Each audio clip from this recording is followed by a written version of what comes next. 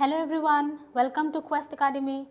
हमारे नीट के क्लासेस अभी स्टार्ट हो चुके हैं, तो जल्दी से आप लोग एनरोल कीजिए। तो मैं हूं सरस्वती और आज हमारा टॉपिक ऑफ डिस्कशन होगा expression of concentration of solutions of solids in liquids. तो चलिए आज आगे बढ़ते हैं। तो रिकैप मैंने इसलिए लिखा क्योंकि हमने पहले के क्लासेस में क्या सीखा था वो थोड़ा हम फिर से रिवाइज कर लेते हैं, ठीक है। तो हमने क्या पढ़ा था, a solution is a homogeneous mixture, right guys. Homogeneous mixture of two or more substances.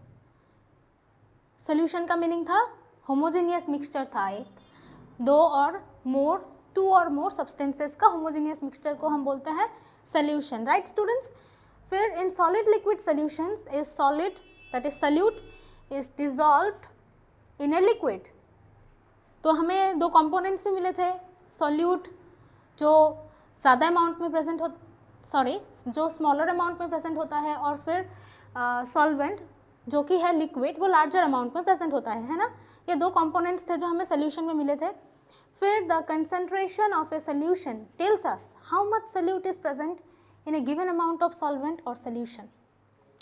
तो कंसंट्रेशन, एक सोल्यूशन का जो कंसंट्रेशन है वो हमें क्या बताता है, यही बताता है कि कितना सोल्यूट प्रेजेंट है एक गिवन अमाउंट ऑफ सॉल्वेंट में या फिर एक सोल्यूशन में, ठीक है। Concentration can be expressed in several units depending on the context. Concentration several units में हम एक्सप्रेस कर सकते हैं डिपेंडिंग ऑन द कंटेक्स्ट, ठीक है। सोल्यूशन के ऊपर भी बेस करके कर सकते हैं, फिर मोल फ्रैक्शन के ऊपर भी बेसिस करके हम कर सकते हैं। तो चलिए हम पढ़ते हैं आगे। सो स्टूडेंट्स, हमारा नेक्स्ट स्लाइड है टाइप्स ऑफ कंसंट्रेशन एक्सप्रेशंस। तो कंसंट्रेशन को एक्सप्रेस करने के लिए कुछ टाइप्स है, तो चलिए पढ़ते हैं कौन कौन से टाइप्स है। पहला है मास परसेंटेज। मास परसेंटेज है ना स्टूडेंट्स, उसको हम रिप्रेजेंट करते हैं W/W%। तो इसका एक फॉर्मूला है, हम देख लेते हैं, चलिए। Mass percent equals to mass of solute by mass of solution.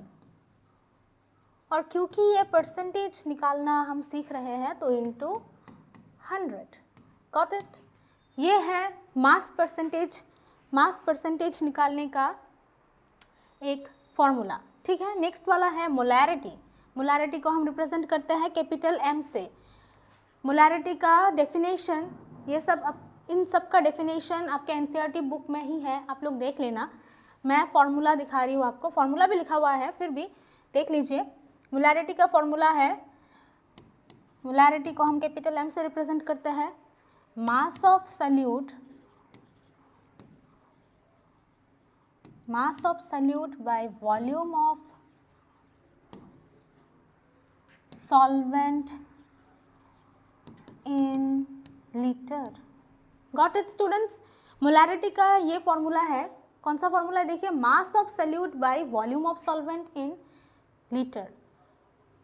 Solute का जो मास है वो divided by volume of solvent, जो आपका लिक्विड होगा, जो सॉल्वेंट होगा, वो लीटर में डिवाइड करने से आपको मोलैरिटी मिल जाएगा।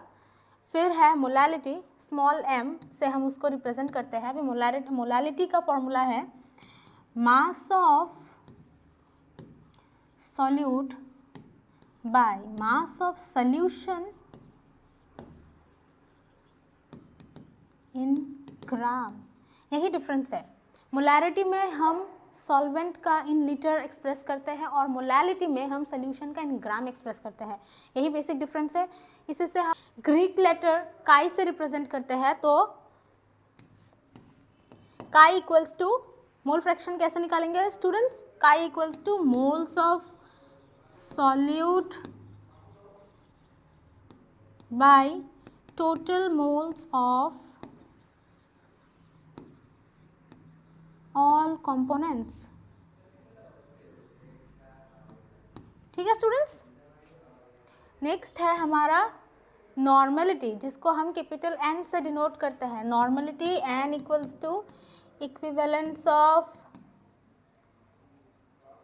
Solute by volume of solution in litre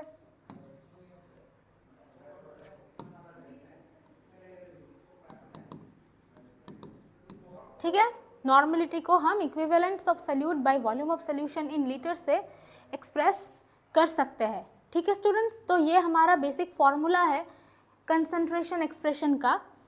और भी इससे रिलेटेड हम न्यूमेरिकल्स सॉल्व करेंगे हमारे आगे आने वाले क्लासेस में। तो तब तक के लिए आप लोग इसी चीज़ को अच्छे से जान लीजिए, इसके फॉर्मूलाज आप देख लीजिए। ठीक है स्टूडेंट्स, हम आपको नेक्स्ट क्लास में से मिलते हैं बाकी न्यूमेरिकल्स के साथ, और भी डिटेल्स में हम जानेंगे। Till then keep watching and keep learning students.